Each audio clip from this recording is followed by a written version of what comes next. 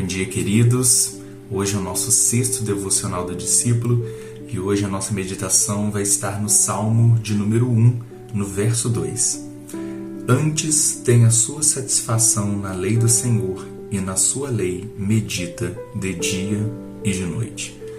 O Salmo 1, ele é um salmo muito conhecido de todos, vai falar do homem, bem-aventurado, vai falar do caminho do justo, do caminho do ímpio e de como nós devemos perseverar, E essa perseverança está principalmente em conhecermos e lermos e meditarmos na palavra do Senhor de dia e de noite. Em termos o conhecimento da palavra para estar guiando os nossos caminhos. Durante toda a palavra, o livro de Salmos, em específico, vai falar bastante sobre isso. Salmo 119 fala muito sobre o meditar sobre a palavra, sobre descansar naquilo que é a vontade de Deus, sobre estar guardando a palavra do Senhor em seu coração, sobre a palavra do Senhor ser uma lâmpada para nossos pés. No nosso primeiro dia, nós vimos Deus exortando e falando com Josué para ele nunca deixar de guardar a palavra do Senhor e meditar nela de dia e de noite. E durante várias e várias vezes na palavra nós vemos esse indicativo: descanse na minha lei, na minha palavra, de dia e de noite. Nunca se aparte do livro da minha lei. Mantenha a minha lei sempre próxima de você, sempre perto do seu coração. Mantenha a minha lei de geração em geração. Nunca deixe de contar a minha lei para seus filhos, e isso diversas vezes. A lei do Senhor é aquilo que é agradável ao seu coração, ao coração de Deus. A lei do Senhor é aquilo que nos direciona a termos a nossa moral cristã. O que é a moral? A moral é todo o conceito que nós temos, os nossos princípios, de o que é certo, o que é errado, o que se deve fazer e o que não se deve fazer. A moral ela pode variar muito de acordo com a cultura. Em alguns países certas coisas são proibidas, em outros países essas mesmas coisas não são proibidas, em alguns países elas não são bem vistas, mas também não são problemáticas, em outros países talvez essas coisas podem ser até criminalizadas pela sua própria lei, e isso varia. A sua cultura, como enxergam tais coisas, mas existem certas coisas que de modo geral elas são erradas para todo mundo. Nós podemos pegar um caso drástico, o caso de matar alguém, um assassinato. Tirar a vida de uma outra pessoa, na prática, para toda a humanidade, é algo errado, é algo brutal, é algo que não se deve cometer.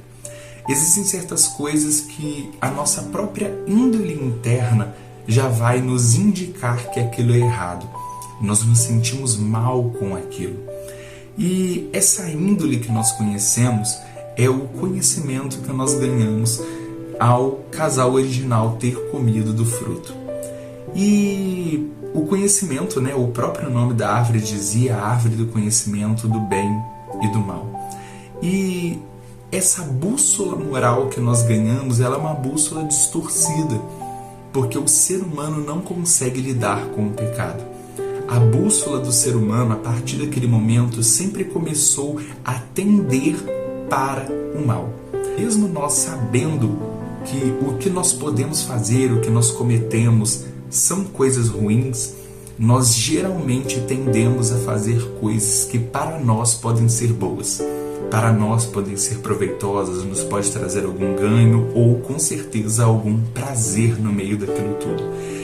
E quanto mais o ser humano vai mergulhando em caminhos maus, a palavra fala, um abismo chama outro abismo, o porco ele volta para se sujar novamente, não deem pérolas aos porcos, e várias vezes vai falar sobre isso, sobre o ser humano se sujar novamente.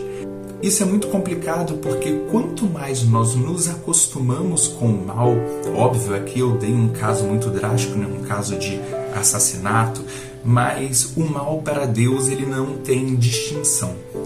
Não existe distinção de pecado de um nível muito grave ou um nível muito pequeno. Assim, eu contei uma mentirinha ou uma meia-verdade, né, que é uma mentira de qualquer jeito, e eu vou ser julgado da mesma forma que uma pessoa que tirou a vida de outra pessoa. As consequências do pecado têm níveis de gravidade, mas para Deus, toda ofensa é uma ofensa. A lei do Senhor vai nos guardar, nos direcionar de não cometermos ofensas a Deus, que é um ser eterno, um ser santo, porque os nossos pecados ferem a santidade de Deus. Eles são uma blasfêmia ao seu nome. É como se nós estivéssemos dizendo de que nós não precisamos de Deus e de que nós queremos realmente nos lançar aos nossos prazeres, às nossas vontades e fazer o que nós queremos, e nós não nos importamos em ter um relacionamento com Deus.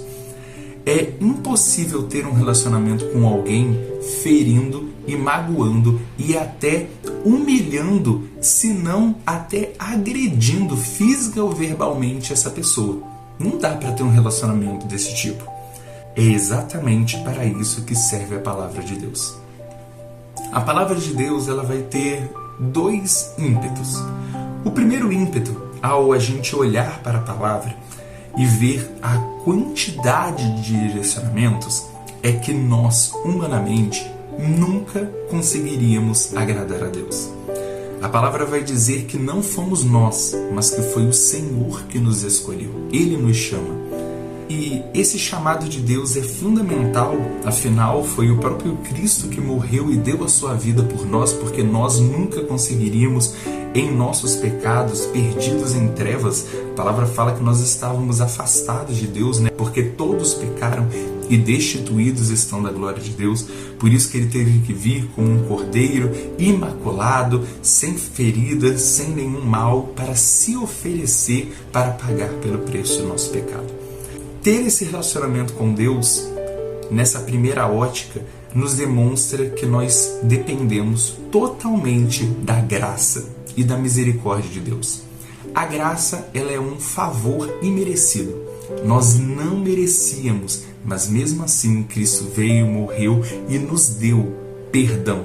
Comprou a nossa dívida e nos deu acesso ao Pai. Nessa compra, Jesus vai fazer uma parábola de duas pessoas que tinham um grande débito. E a uma, o Senhor perdoou uma grande quantia de um débito. E a outra, o Senhor perdoou uma pequena quantia. E ele vai perguntar, qual desses dois vai ser mais grato? E todo mundo responde, o que o rei perdoou a grande quantia, porque ele devia muito mais. E é exatamente isso.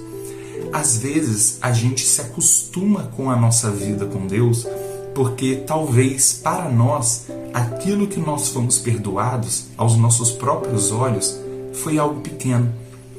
Mas para alguém que teve uma vida muito corrompida, muito dada aos prazeres, muito jogado realmente em perdições, podridões deste mundo, quando essa pessoa ela é tocada pelo amor de Deus e ela entende que Deus perdoa ela e purifica ela de todos esses pecados, essa pessoa não tem como ser extremamente agradecida a Deus.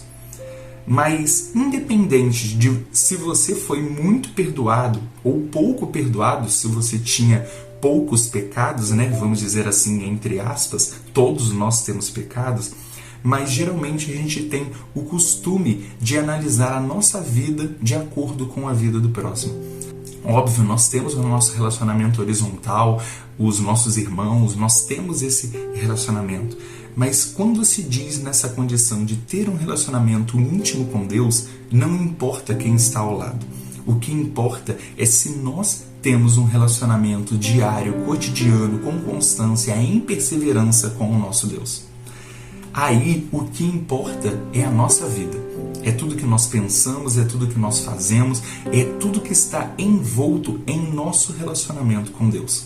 E a palavra vai dizer, vamos estar lendo o Salmo primeiro, Bem-aventurado o homem que não anda segundo o conselho dos ímpios, nem se detém no caminho dos pecadores, nem se assenta na roda dos zombadores ou dos escarnecedores.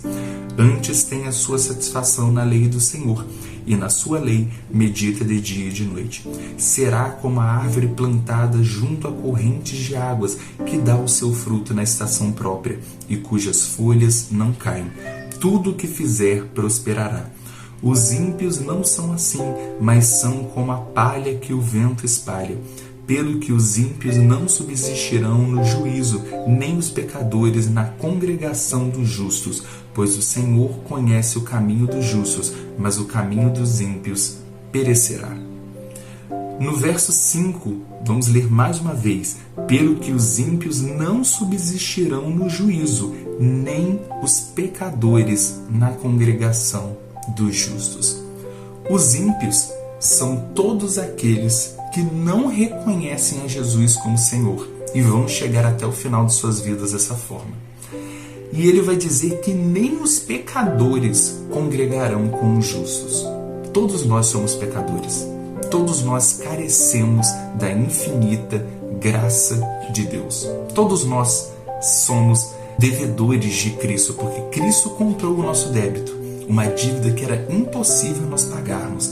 Existe uma analogia histórica de que quando os escravos eram libertos, eles tinham duas opções: tomarem sua liberdade e ir embora do local de onde eles trabalhavam, das fazendas, ou seja, de onde eles trabalhavam, ou, no caso deles terem um certo apreço pelo seu senhor, no caso de o seu senhor ser um homem bom, alguém que cuidava, não agredia, não fazia mal a eles, eles escolhiam, como homens livres, servir aquele senhor. E para um sinal para a sociedade, para saberem que eles não são mais escravos, eles furavam as suas orelhas, deixavam uma marca na orelha para que essa marca mostrasse para todos de que eles, como livres, escolheram servir por amor. Eles amavam o seu Senhor e escolheram livremente servi-lo. Todos nós somos pecadores, todos nós éramos escravos do pecado. Mas ao Cristo, o bom Senhor, nos libertar, nós livremente, nós como homens livres, tomamos a decisão de aceitar o seu chamado. Vinde a mim, todos vós que estáis cansados. Nós estávamos cansados da nossa vida do pecado. E Jesus nos chama para a sua boa mesa, para a sua família. E nós participamos, nós correspondemos a esse chamado de Cristo. Em Apocalipse, Jesus mais uma vez vai falar: eis que estou à porta e bato. Todo aquele que abrir a porta, eu entrarei e cearei com ele. Que nós possamos verdadeiramente estar abrindo a porta para Cristo e não abrir todos os dias como se ele fosse um visitante, mas abrir e dar a chave da casa para ele e falar: seja bem-vindo, Cristo, toma a chave, essa casa agora é sua, faz o que o Senhor quiser. Que a nossa vida, dia e noite, seja em descansar na palavra do Senhor, para sermos cada dia mais próximos e íntimos do nosso Pai, do nosso Deus. Amém? Vamos estar orando? Senhor, nosso Deus, nosso Pai, muito obrigado por mais um dia de vida, Pai. Muito obrigado por essa semana que está se iniciando, que o Senhor vem estar nos guardando, que o Senhor vem estar nos conduzindo em todas as coisas, e te pedimos, Pai, que o Senhor nos guie, Espírito Santo, a estarmos meditando na Tua Palavra de dia e de noite. Senhor, guarda nossa mente na Tua Palavra, que em todas as coisas, Senhor, quando nós estivermos, Senhor, com dúvida, antes de falarmos, antes de agirmos, em todas as coisas que tivermos que fazer durante o nosso dia, que as nossas atitudes e pensamentos estejam guardados em Ti, Pai. Que nós venhamos estar depositando tudo, Senhor, diante do Senhor e clamando pelo Seu direcionamento em todas as coisas. Que nós possamos, Senhor, estar sendo, Senhor, assim como diz, Senhor, no Teu Salmo, Senhor, assim como aquelas árvores plantadas junto a ribeiros, Senhor, e que a nossa vida possa florescer e frutificar no tempo certo, que é o Teu tempo. Nos abençoa, Pai, porque nós necessitamos de Ti. nos conduza em todas as coisas. É isso que eu peço em nome do teu Filho Jesus. Amém. Tenha, meu irmão, minha irmã, um dia abençoado e que você seja, em todos os lugares, um discípulo de Cristo. Deus te abençoe.